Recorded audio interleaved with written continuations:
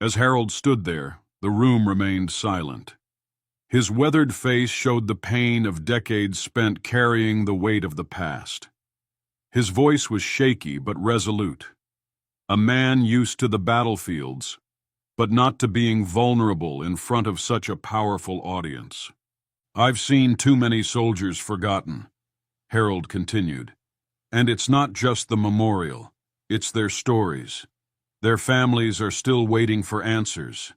Many of these men died with no recognition, no proper ceremony.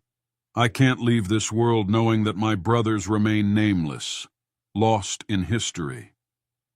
Trump looked directly at Harold, his usual political bravado absent. This was personal. He stepped forward, taking a breath before speaking. "Harold, I promise you, those who have been forgotten will be remembered. I'll make sure of it." The crowd stood in stunned silence, knowing that this wasn't just another political statement. It was a genuine promise, one that struck the heart of every person in the room, especially the veterans, who knew too well the pain of being overlooked. As Harold took his seat, a quiet sense of respect hung in the air. This was a moment that would be remembered for years to come. The following morning, Trump's staff got to work on Harold's request. What started as a simple favor to restore the memorial quickly grew into a larger mission. The staff immediately began investigating the state of the memorial in Washington, D.C., and reported that several sections had fallen into disrepair. The gravestones were cracked, the names faded, and in some places, entire sections had been left unmarked. Trump was furious. He couldn't understand how something so sacred had been neglected for so long. He called for an emergency meeting with the Department of Veterans Affairs and ordered a team of experts to assess the damage and come up with a plan for restoring the memorial. This would be no small feat, but Trump knew it had to be done. Back in the White House, he reflected on Harold's words. The request had shaken him in a way few things had. It wasn't just about fixing a memorial. It was about ensuring that these soldiers, their stories, and their sacrifices would never be forgotten. It was a tall order, but Trump felt a deep sense of responsibility to deliver on the promise. As Trump sat at his desk reviewing daily reports, he found himself reflecting on the past. He thought about the veterans he had met during his time in office, strong, resilient men and women who had fought for their country and now found themselves overlooked by history. Harold's request had stirred something inside him, a deeper understanding of the sacrifices these soldiers had made. He realized that his role as president went beyond just politics. It was about shaping a legacy, one that not only focused on the present, but also honored the past. The promise he had made to Harold felt like a personal mission now. Trump knew that restoring the memorial would be difficult, but he couldn't back down. The task ahead wasn't just about fixing a monument. It was about preserving the memory of those who gave their lives. As he sat there, Trump made a decision. He would go above and beyond what anyone expected. The memorial wouldn't just be restored. It would be transformed into something that would stand as a testament to the bravery of America's soldiers for generations to come. Trump's determination to see Harold's request fulfilled was unwavering. He called his team together, instructing them to create a comprehensive plan for restoring the memorial. There was no time to waste. This was a matter of national importance, and he wanted it completed before the upcoming Memorial Day. The White House issued a statement announcing that the project was underway. Within days, a team of engineers and veterans began to survey the site. They compiled a list of repairs that included fixing cracked stones, adding new plaques for missing soldiers, and ensuring that the names of the fallen were clearly legible. But Trump's vision didn't stop at repairs. He wanted the memorial to be a place where future generations could come to reflect on the sacrifices made by those who had served. The site would become a living tribute to their courage, a place where their stories would never fade. As the project took shape, Trump personally oversaw every aspect. He made it clear that this was a labor of love, one that would bring closure to families and honor the memory of those who had served.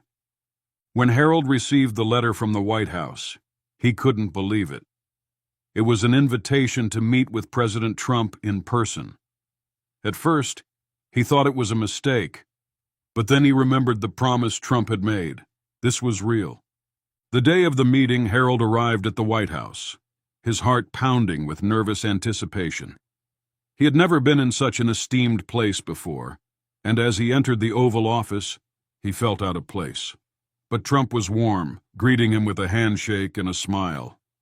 "Harold, it's an honor to meet you," Trump said, motioning for him to sit. "I've been following the progress of the memorial restoration. We're making great strides." Harold felt a wave of relief. He had feared that his request would be forgotten, but here was the president, sitting across from him, genuinely invested in making things right. "I just wanted to make sure Sam gets the recognition he deserves," Harold said, his voice soft but firm. "He was my best friend. I don't want him to be forgotten." Trump nodded solemnly. "We won't forget him, Harold. We'll make sure Sam is honored." As Harold spoke about his fallen comrade, Sam Richardson, there was a palpable emotion in the room. Trump listened intently, understanding the gravity of Harold's request. This was no ordinary favor. It was a final wish from a man who had seen so much loss in his life. Harold's voice cracked as he shared more about Sam. "He was the kind of guy who always had your back, no matter what. When we were in Vietnam, he saved my life. I've spent years trying to find his grave, but no one knows where he's buried. I can't rest until I know that his name is on that memorial." Trump's heart swelled with empathy. He knew how much this meant to Harold. To not only honor Sam's life, but to give closure to his family, who had never been able to properly grieve. "Consider it done, Harold," Trump said firmly. "We'll find him. We'll put his name on that memorial, and we'll make sure his family knows where he's laid to rest." Harold's eyes filled with tears. For the first time in years, he felt the weight of his past lifting, replaced by a sense of hope. As news of Trump's commitment spread, veterans and families of fallen soldiers began reaching out. There was something deeply emotional about the idea of restoring the memorial, not just as a place of honor, but as a way of healing for those who had lost so much. Across the country, people began sharing their stories of loved ones who had served. Veterans organizations, local communities, and even schools started organizing events to raise awareness about the memorial restoration. It became a national movement, a way for the country to come together in remembrance. Harold's simple request had sparked something much bigger than he had ever imagined. It wasn't just about fixing a monument. It was about giving people a place to mourn, to remember, and to celebrate the lives of those who had fought for freedom. The project's impact reached beyond the memorial itself. It ignited a wave of appreciation for veterans, both living and deceased. People began visiting memorials and grave sites, paying their respects and honoring the sacrifices made by those who had served. As the restoration project moved forward, Trump's team encountered numerous challenges. Some of the memorial stones were so damaged that they had to be completely replaced. Others needed to be cleaned and restored, while still others required new inscriptions to ensure that every fallen soldier's name was accounted for. The process was meticulous and time-consuming, but Trump remained committed to ensuring that every detail was perfect. His administration spared no expense in making sure the project was done right. Veterans who had been involved in the restoration worked side by side with architects, engineers, and historians to ensure that every name was accurate and every stone was properly placed. Trump's leadership in overseeing the project sent a strong message to the nation. It wasn't just about fixing a memorial. It was about honoring the sacrifices of those who had given their lives for the country. It was a reminder that even in the midst of a busy presidency, there were things that mattered more than politics. The final decision to complete the restoration in time for Memorial Day was a testament to Trump's dedication to fulfilling his promise to Harold. The days leading up to Memorial Day were filled with anticipation. Contractors worked around the clock, restoring the memorial to its former glory. The original stonework had been carefully cleaned, new plaques were being engraved, and the list of names was being meticulously checked for accuracy. Every detail was handled with care, as if the very souls of those soldiers depended on it. Harold visited the site often, watching in awe as the memorial transformed. He could already see the improvements, but he knew the real significance of the project wouldn't be truly understood until the day of the unveiling. Finally, Memorial Day arrived. The dedication ceremony was planned to be a grand event, with dignitaries, veterans, and families of the fallen in attendance. The air was thick with emotion, and there was a shared sense of pride and loss that permeated the gathering. Harold stood with Trump, silently surveying the scene. The memorial was stunning, and the names of countless soldiers were now clearly visible, each one a reminder of the bravery and sacrifice of those who had served. "I never thought I'd see the day," Harold murmured. "Thank you for making it happen." Trump's reply was simple but powerful. "It's the least I could do." The crowd gathered in front of the memorial, eager for the moment of revelation. Trump stood with Harold, their eyes focused on the large black drape that concealed the memorial from view. The sun shone brightly on the ceremony, and the weight of the occasion was felt by everyone in attendance. "Today, we honor those who have served, those who have fallen, and those who have fought to keep us free," Trump began, his voice carrying across the field. "This memorial stands as a testament to their courage and sacrifice, and we vow that their stories will never be forgotten." With a signal, the drape was pulled away, revealing the beautifully restored memorial in all its glory. The crowd gasped in awe. The names of the fallen were now engraved with precision and clarity, each one a tribute to a life lived in service to the nation. As the crowd slowly filed forward to pay their respects, there was a moment of profound silence. Harold, standing alongside Trump, felt a sense of peace wash over him. This was the moment he had waited for. Sam's name was finally there, etched into history. The crowd slowly dispersed as families made their way toward the memorial to honor their loved ones. The air was thick with emotion. Some veterans saluted, others placed flowers at the base of the stones, and many simply stood quietly, reflecting on the sacrifices made. Harold stood silently in front of the memorial, his fingers lightly tracing the name of his fallen friend, Sam Richardson. It had been a long journey, one that had taken him to the White House and back. But now, standing in front of the memorial, he felt a weight lift off his shoulders. He had fulfilled his promise to Sam, and in doing so, had ensured that his friend would never be forgotten. Trump, who had been quietly watching, walked over to Harold. He placed a hand on his shoulder and simply nodded. "You did it, Harold," Trump said, his voice soft. "You made sure no one would forget Sam." Harold's eyes welled with tears. He had spent so many years feeling like Sam had been forgotten by everyone, by the government, by history. But today, standing there, he knew Sam's legacy would endure. "Thank you," Harold whispered. "Thank you for making this happen." As the days passed after the memorial's unveiling, the impact of the restoration was felt across the country. News outlets covered the ceremony, and social media was flooded with images and stories from veterans, families of the fallen, and citizens who had been moved by the dedication. The story of Harold's simple request had turned into a nationwide movement to honor the military.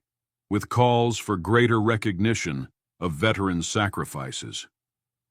Veterans organizations began hosting events at the memorial, inviting the public to visit, learn about the soldiers' stories, and pay their respects.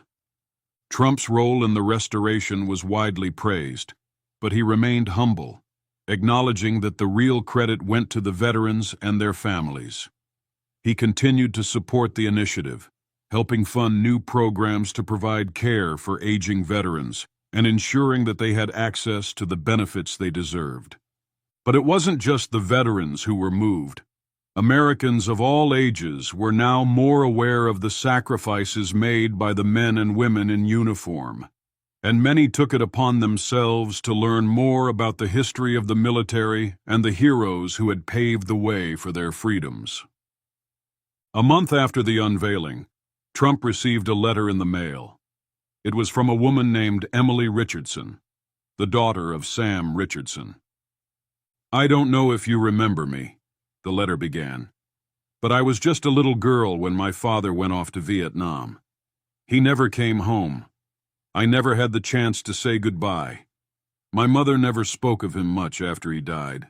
We never had the closure we needed. But today, I stood at the memorial, and I saw his name. For the first time, I felt that he mattered. I felt like my father was truly home." Trump read the letter in silence, moved by the profound impact the restoration had on Sam's family. He had known that the project would help veterans, but this was different. This was personal.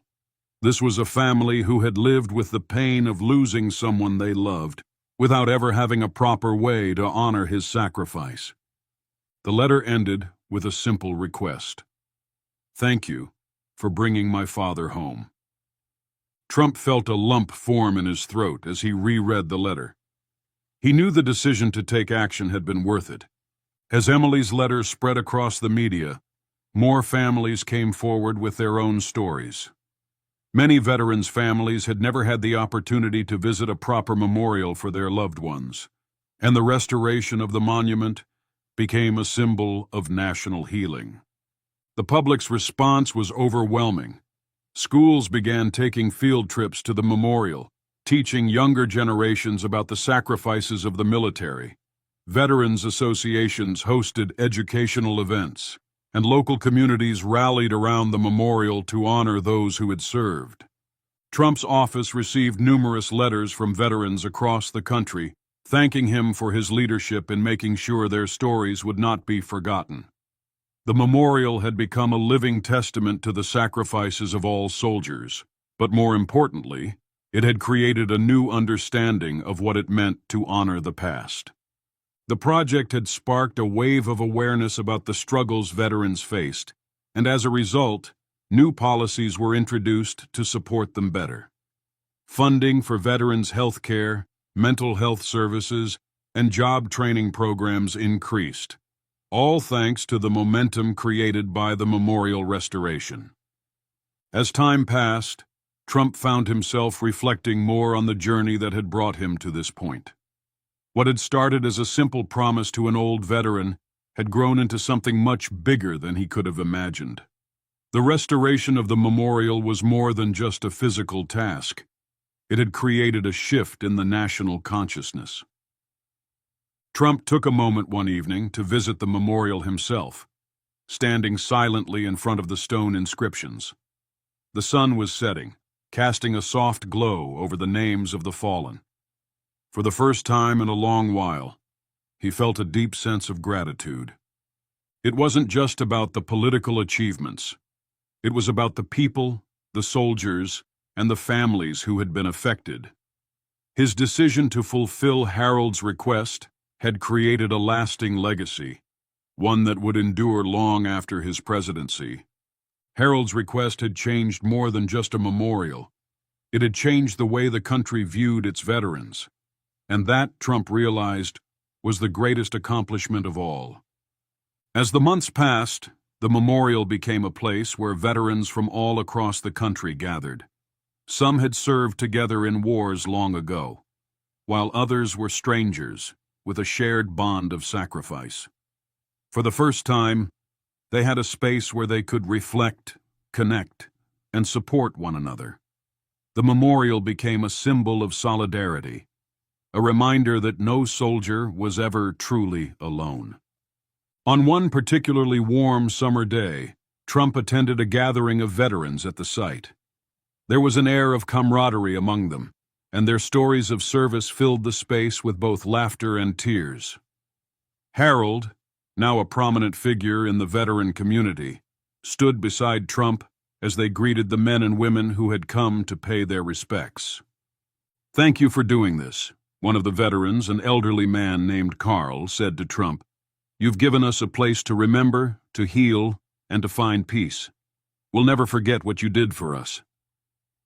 Trump smiled, but there was a depth of emotion in his eyes that told the real story. He knew this was more than a political achievement.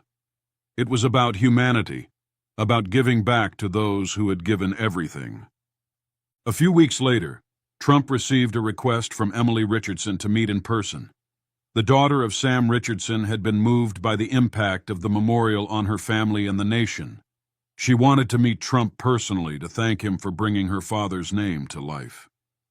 Trump arranged for a private meeting at the White House, where Emily arrived with her mother, Diane. The room was filled with emotion as Emily began speaking. "Mr. President, I can't express how much this has meant to us. For years, my mother and I lived with a piece of our hearts missing. We felt like no one remembered my father. But now, standing in front of the memorial, I finally feel like he's been given the honor he deserved. I can see his name there, and it means everything." Trump was deeply moved by her words. The sacrifices made by soldiers, the families they left behind. It was something he had always known, but hearing it from Emily made him understand in a way he never had before. "You've given us peace, Mr. President," Diane said, her voice trembling. "Thank you for making sure Sam was never forgotten." During a ceremony held at the memorial, a surprise reunion took place. Harold, who had become a familiar face at the memorial, was approached by an older woman in a wheelchair. The woman looked familiar, but it took Harold a moment to realize who she was. "Harold," she said softly, her eyes filled with emotion. "I thought I'd never see you again."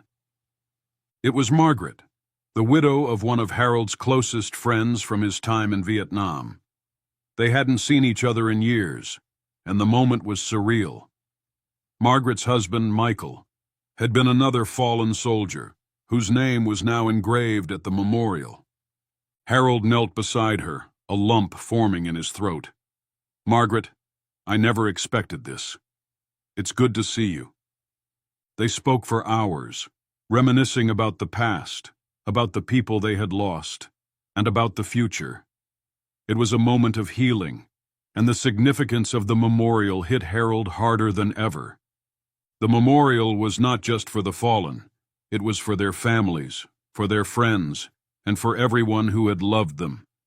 It was a place where memories could live on, where their sacrifices could continue to inspire. A year after the memorial was restored, Trump stood before a crowd once again, this time at the memorial itself. This speech wasn't just for veterans or their families. It was for every American who had ever been touched by the story of sacrifice. "We stand here today," Trump began, "to honor those who gave everything so that we could live in freedom. They didn't ask for glory. They didn't seek fame. They simply answered the call when their country needed them." The crowd was silent, and as Trump spoke, he could feel the weight of the moment. He knew the memorial wasn't just a monument. It was a living, breathing tribute to the lives of those who had served. Let us never forget the sacrifices of these brave men and women. Let us ensure that their legacy endures, not just in stone, but in the hearts of every American. As he finished the speech, there was a deep, collective pause. The crowd, moved by his words, stood in silence, each person reflecting on their own personal connection to the fallen heroes. In the days following Trump's speech, the nation continued to honor its veterans. The memorial had become a symbol of national pride, a place where people of all ages could come to pay tribute, reflect, and learn about the sacrifices that had shaped the country. Harold, standing in front of the memorial one last time, felt a deep sense of peace. The journey that had started with a simple request had led to something much bigger, a movement that would ensure the sacrifices of soldiers would never be forgotten. As he stood there, he realized that this was more than just about honoring the fallen. It was about continuing their legacy. It was about ensuring that future generations understood the true cost of freedom and the importance of service to one's country. Trump arrived at the memorial one final time, walking beside Harold. They stood together in front of the stone monument, looking at the names of the fallen. "This is what it's all about," Trump said quietly. "The real heroes. This is their place." Harold nodded, a smile tugging at his lips. "We've done something good here. We've made sure they'll never be forgotten." As the sun set behind the memorial, the two men stood in silence, the names of the fallen glowing softly in the fading light. It was a moment of reflection, of honor, and of the enduring legacy of those who had given their all. The memorial would stand for generations to come, a testament to the courage, sacrifice, and love of those who had served.